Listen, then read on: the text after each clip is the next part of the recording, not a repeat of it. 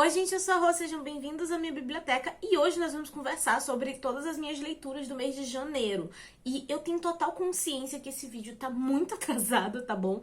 Mas é que a vida, né, foi corrida, vida de adulto, gente, acontece dessas coisas. Mas não se preocupem porque esse mês eu vou atualizar tudo pra vocês.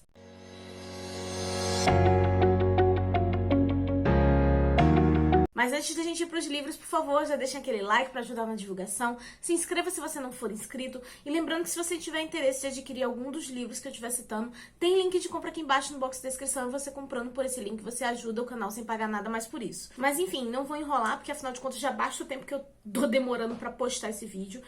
Vamos começar aqui falando sobre as leituras coletivas que eu organizei. A primeira delas foi o do Castelo Animado. E aqui nós vamos ter a Sophie, que ela trabalha tipo na chapelaria.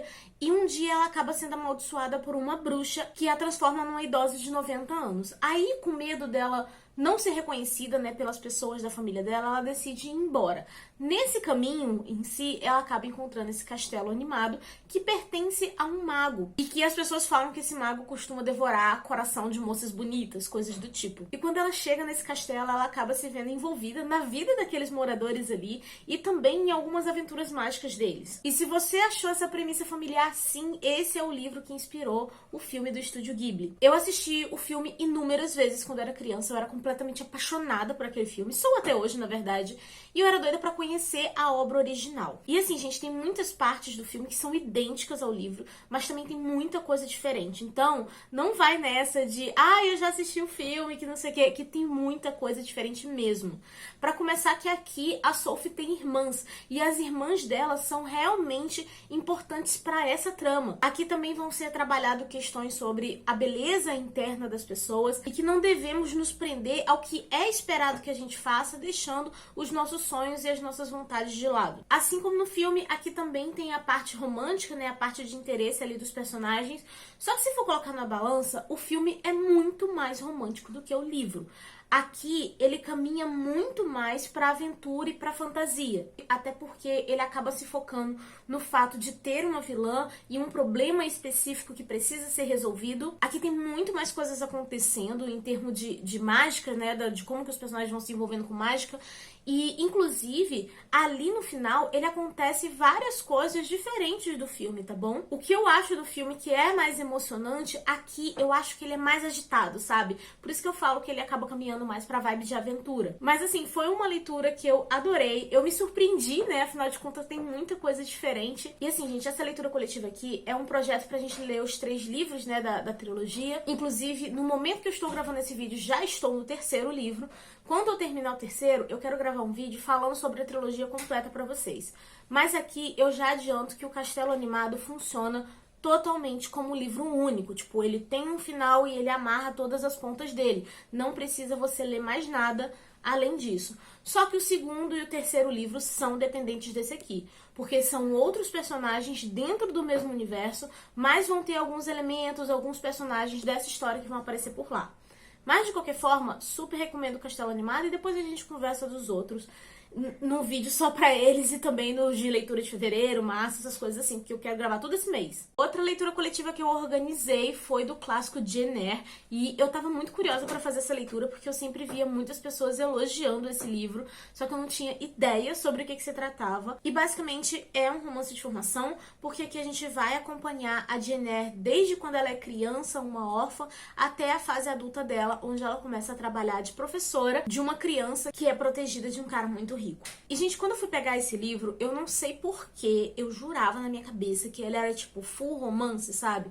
E não é, tá? Primeiro, né, que nós temos aí desde a fase infantil da Jane, então, assim, tem muito drama envolvido ali. E essa é uma história que vai criticar muito a realidade da época vitoriana. A Jane constantemente desafia o que era imposto para as mulheres naquela época e as posições sociais que elas deveriam ocupar. A história também traz uma aura gótica que cria um suspense que eu não tava esperando por isso, eu não sabia que tinha. E eu fui pega de surpresa porque eu virei assim, poxa, vai ser a minha vibe, eu vou curtir isso aqui. Fiquei muito entretida com isso, assim, simplesmente adorei. E uma outra coisa que ela traz como crítica que eu adorei foi trazer os dois lados da moeda dos religiosos de um modo geral. Existem sim as pessoas que são religiosas, que temem a Deus e que querem fazer algo de bom para as outras pessoas, né? Ajudar as pessoas seguindo o ensinamento divino, digamos assim. E também tem aqueles religiosos corruptos que querem só o dinheiro e muitas vezes também querem só manter a própria imagem, sabe, de como benfeitor, mas na verdade são pessoas horríveis.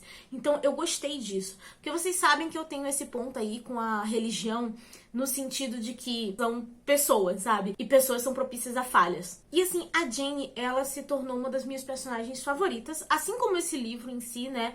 Porque ela sabe o local dela, mas ela também não aceita que as pessoas fiquem pisando nela, assim, de graça. E eu também achei que ela soube equilibrar os momentos em que ela tem que se impor e os momentos que ela tem que ir dançando conforme a música. Pra quem gosta de romance, tem também. Eu tive alguns conflitos, tá? Porque tinha um momento que eu queria que ela ficasse com o cara e outros que eu virava amada, vai embora. Eu tive muito disso aí enquanto eu tava lendo.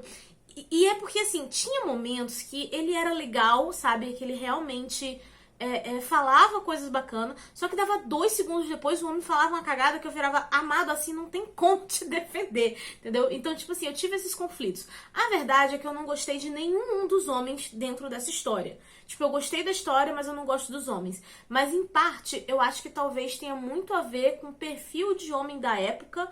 Então tem esse ponto aí também. Tipo, faz sentido dentro da história, mas não são pessoas que eu acho agradáveis. Só que tem diálogos entre eles que eu simplesmente adorei. Às vezes a Jane dava uns cortes nele que eu ficava morrendo de ir. Então assim, eu realmente me diverti muito lendo isso. Sobre o final do livro, eu preferia que fosse um pouquinho diferente. Com certeza preferia.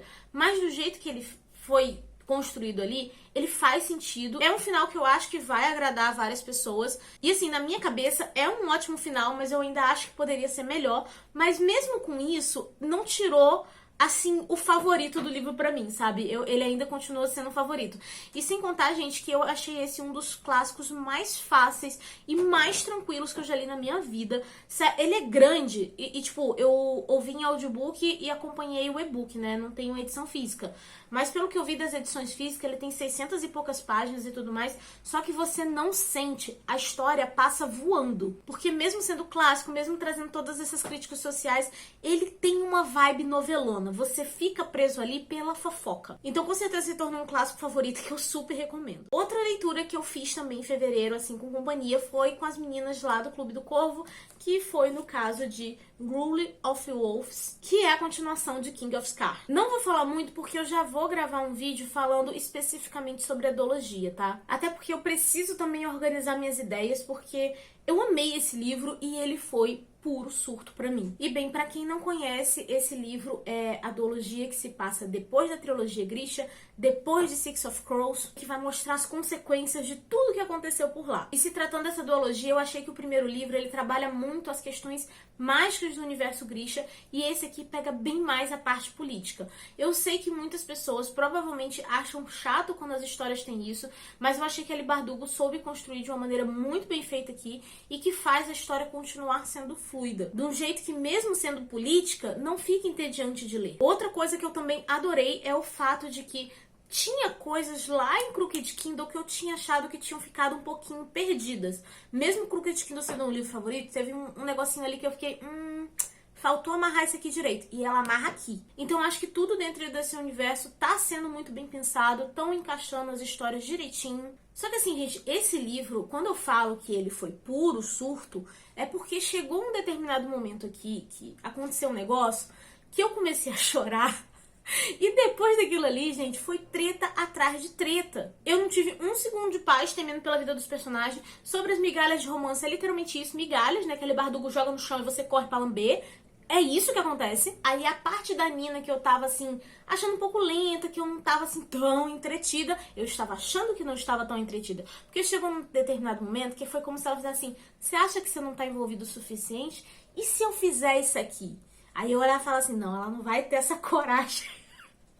E eu tava lendo o livro querendo gritar depois, sabe? Então, assim, foi um desespero lendo, sabe? Eu não tive um minuto de paz nesse caralho. Enfim, bateu um desespero, eu devorei o livro, a única coisa que eu conseguia pensar é essa vagabunda não tem o direito de destruir meu psicológico com um livro assim. Foi isso que tava passando na minha cabeça. Eu fui humilhada, o livro virou um favorito, e tanto fui humilhada que, assim, eu entendi pela primeira vez na vida qual a real função de uma fanfic. Porque quando eu terminei isso aqui, teve um negócio ali que me abalou, que eu precisei encomendar uma fanfic com a Bela. Vocês têm noção do que é isso? E assim, tem gente que só lê e só escreve fanfic de putaria. Eu não queria isso. Eu queria uma fanfic onde desse um pouquinho de paz pra mim e pra personagem, porque eu não aguentava mais tanto sofrimento. A Bela fez. Vou deixar aqui embaixo no box de descrição o link pra fanfic também, mas assim, só lê depois desse aqui, porque senão vocês vão pegar um puta spoiler, tá? E assim, a fanfic me ajudou, mas me fez chorar em live do mesmo jeito.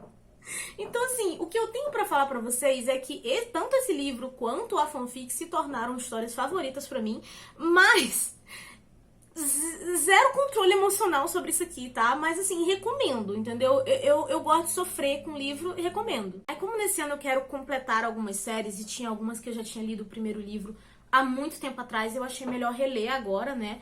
E um desses casos foi O Filho das Trevas. Tem resenha desse aqui no canal, então não vou me estender muito, tá bom?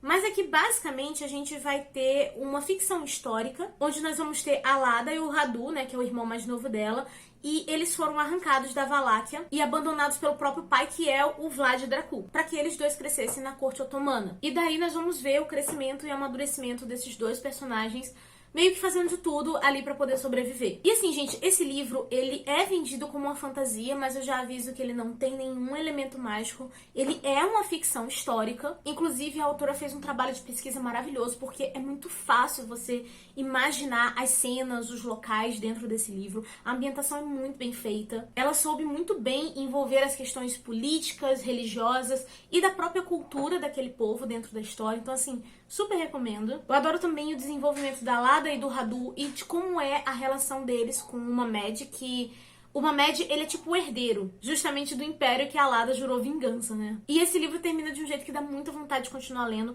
Eu acho que eu só não peguei ele direto na época que eu li isso aqui pela primeira vez, porque eu não tinha as continuações.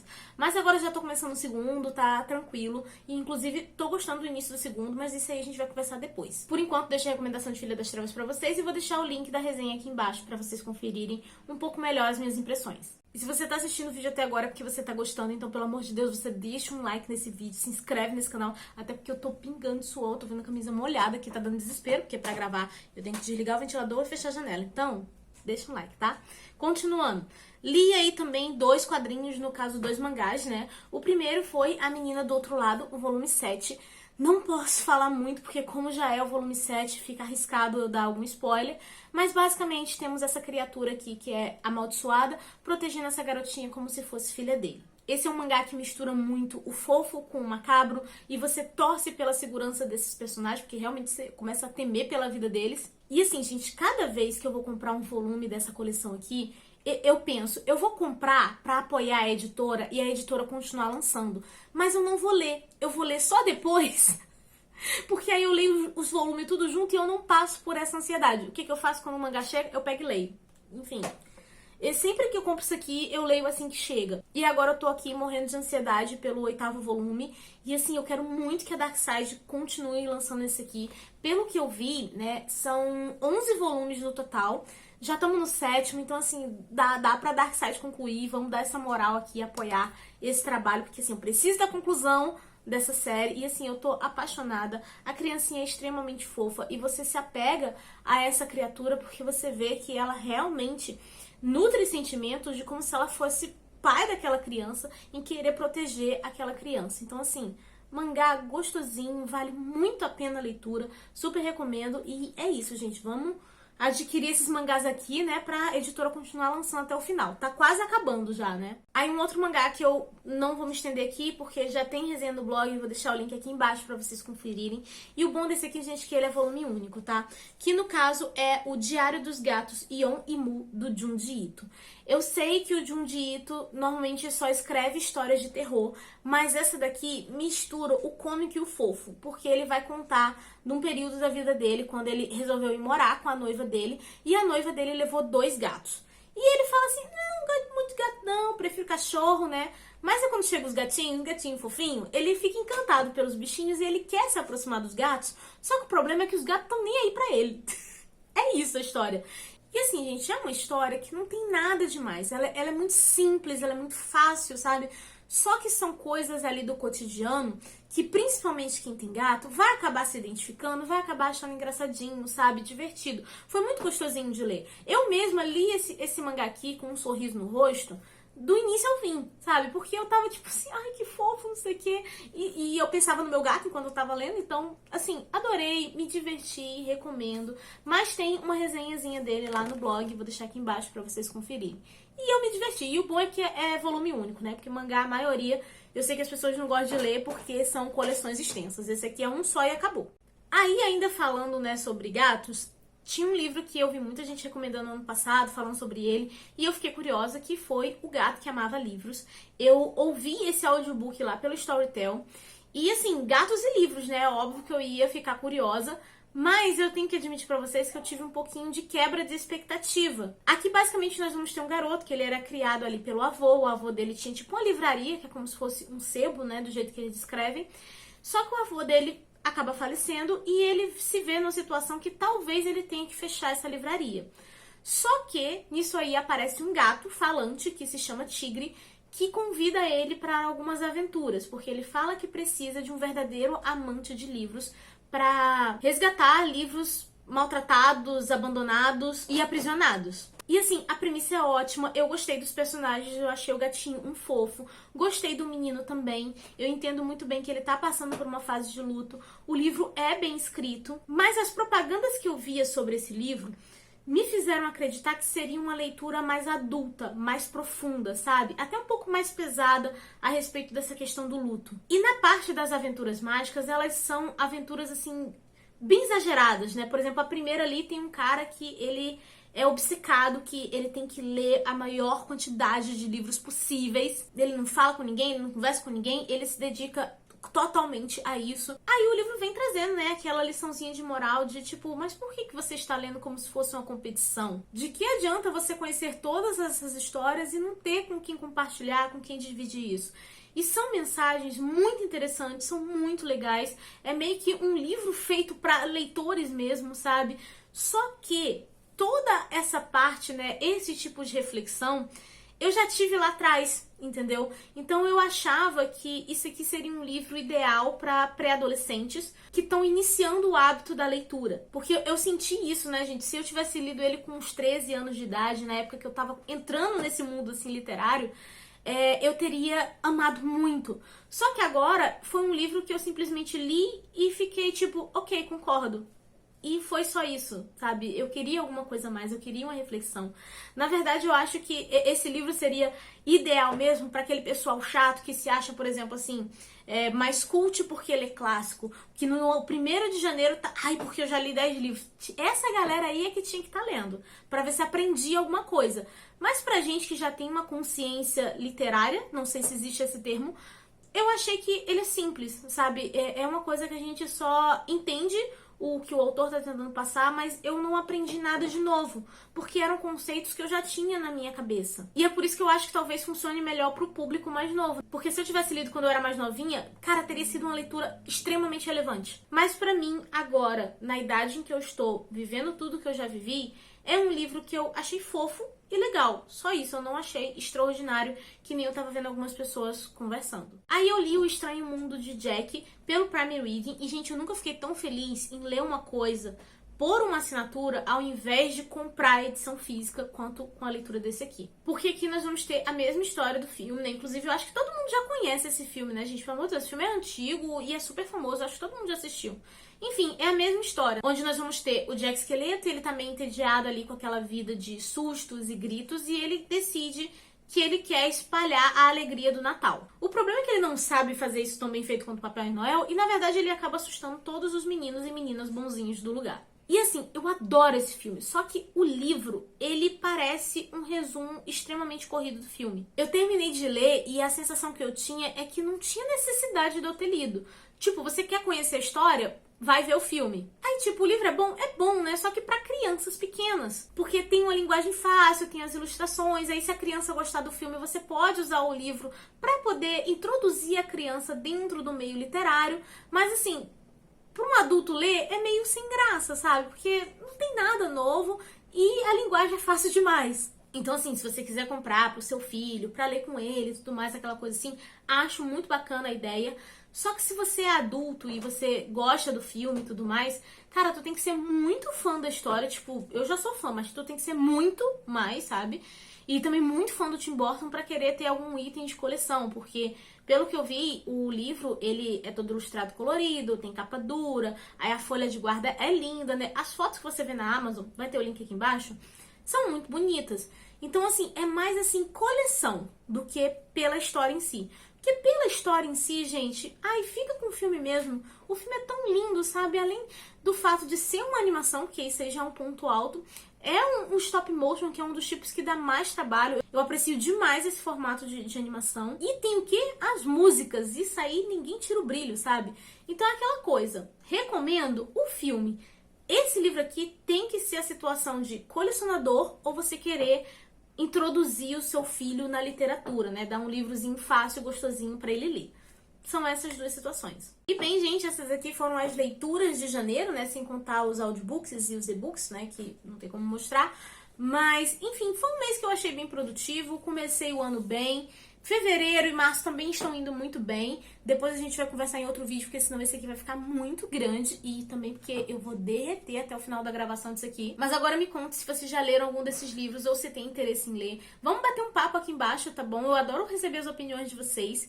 E, gente, antes de vocês saírem do vídeo, por favor, não se esqueçam de deixar um like, de se inscrever no canal se vocês não forem inscritos. Lembrando que o link de compra para esses livros vão estar todos aqui embaixo, mas você pode comprar qualquer outra coisa através desses links que você vai super estar ajudando o canal, sem pagar nada mais por isso.